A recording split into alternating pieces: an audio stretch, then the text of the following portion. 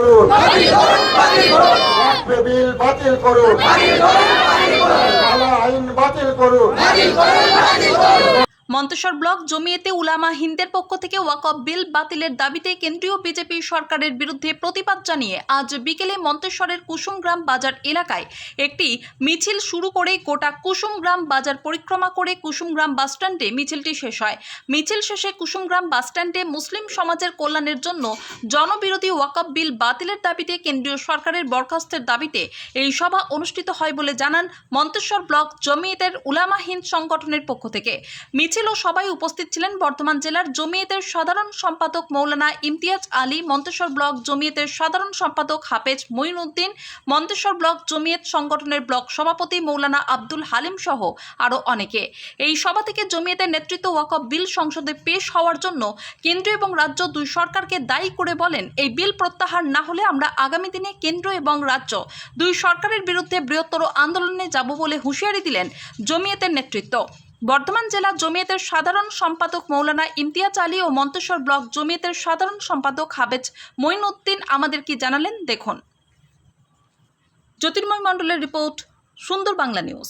এর মতো আন্দোলন করব সারা মন্তেশ্বরের মাটিতে। আমরা সব এক হয়ে একযোগে এক কথায় আমরা বলে দেব যে আমরা ভারতবর্ষের মানুষ।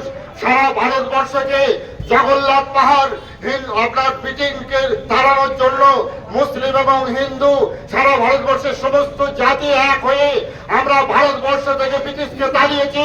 যদি প্রয়োজন হয় আবার নতুন করে আমরা টন টন রক্ত দিয়ে আরএসএসকে এবং বিজেপিকে দিল্লির গদি থেকে টেনে 713 নদী পার করে দেবো। যদি সারা কানুন তারা প্রত্যাহার না করে, এই কালা আইন প্রত্যাহার করার জন্য আজ আমরা মন্তেশ্বরের মাটিতে আমরা সকলে একতাবদ্ধ হই, এক হয়ে আমরা চিন্তা ভাবনা করি এই কালা কানুন কালা আইনকে বন্ধ করতে হবে। যদি বন্ধ না করো তাহলে আগামী 26-এ লোকসভার ভোটে তোমাকে গদি থেকে টেনে হিচড়ে নামিয়ে তোমাকে নর্দমার কিট বানিয়ে দেবো। এই জন্য আপামর জনসাধারণের কাছে অনুরোধ যে আমরা দায়িত্বহীন ভাষায় সরকারকে জানাতে চাই, তোমরা যখন ব্রিটিশ সরকারের বিরুদ্ধে আন্দোলন চলছিল, তোমরা আরএসএস বিজেপি তোমরা ব্রিটিশের জুতোয় পালিশ করছিলে, ব্রিটিশের পায়ের জুতোয় তোমরা নাক্ষত্তা দিচ্ছিলে, তখন তোমরা চাটছিলে। আজ তোমরা দেশভক্তি দেখাচ্ছ। যদি দেশভক্তি দেখাও তাহলে কুতুব মিনারে চলে যাও, প্রত্যেকটা ইটে মুসলমানদের নাম লেখা আছে। আপনার দিল্লির ইন্ডিয়ান গেটে চলে যাও, 65 থেকে 70% মুসলিমদের নাম লেখা আছে। এগুলো তোমরা কোথায় ফেলবে? এগুলো তোমরা কোথায় বাতিল করবে? তোমরা পারবে না।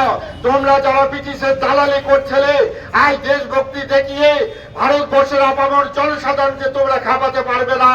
কিছু যারা আছে, যারা বোঝে না, যারা তাদের অস্তিত্ব বোঝে না, তাদের নিয়ম কানুনকে বোঝে না, নিজের জাতিকে বোঝে না, তারা তোমাদের পায়ে তেল দিতে পারে, তারা তোমাদের সামনে মাথা নত করে থাকতে পারে।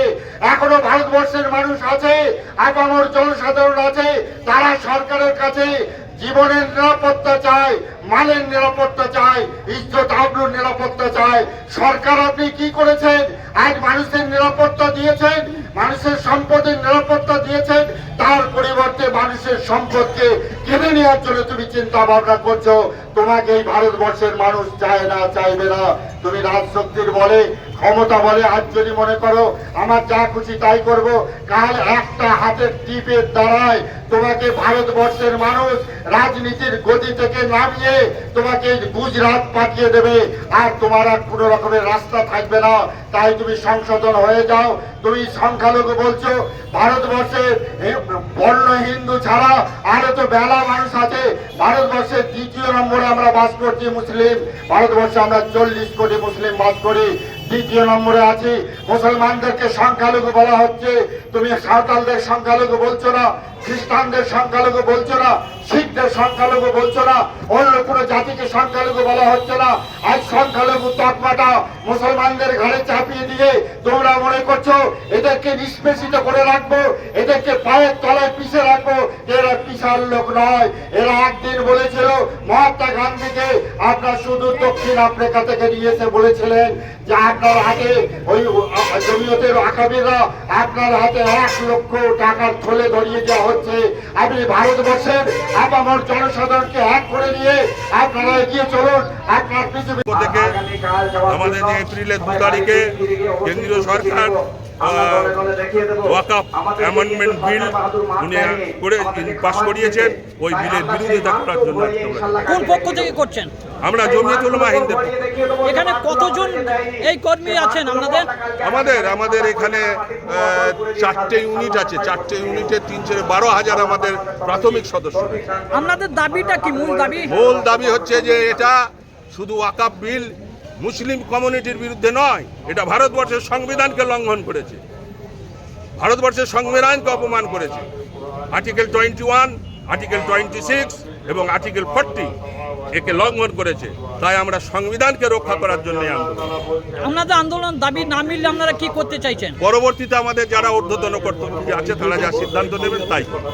আপনার নাম পরিচয়? আমার নাম মৌলানা ইমতিয়াজ আলী, আমি বর্ধমান জেলা জেনারেল সেক্রেটারি কিসের? জমিয়তুল উলামা হিন্দ। মন্তেশ্বর ব্লক জমিয়তুল উলামা হিন্দের পক্ষ থেকে কৃষি আন্দোলন যে কালা কানুন তৈরি হয়েছে তার বিরুদ্ধে সোচ্চার হওয়ার জন্য আজকের এই আন্দোলন। কিভাবে আন্দোলন হচ্ছে? এটা আমাদের জমিয়তুল উলামা হিন্দের পূর্বসূরীরা যেভাবে আন্দোলন করে গেছে, খুব শান্ত সৃষ্টিভাবে সাম্প্রদায়িক সম্প্রীতিকে বজায় রেখে আমাদের আন্দোলন চলছে।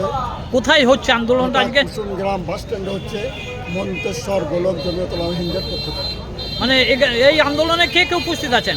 এখানে বর্ধমান জেলা জমিয়তের সাধারণ সম্পাদক মৌলানা ইমতিয়াজ আলী সাহেব আছেন, মন্তেশ্বর ব্লকের সভাপতি মৌলানা আব্দুল হালিম সাহেব আছেন এবং মন্তেশ্বর ব্লকের সম্পাদক হাফেজ মৌলানা মঈনুদ্দিন সাহেব আছেন এবং কুসুমগ্রাম শাখার সভাপতি হাফেজ বাবা আলী সাহেব আছেন।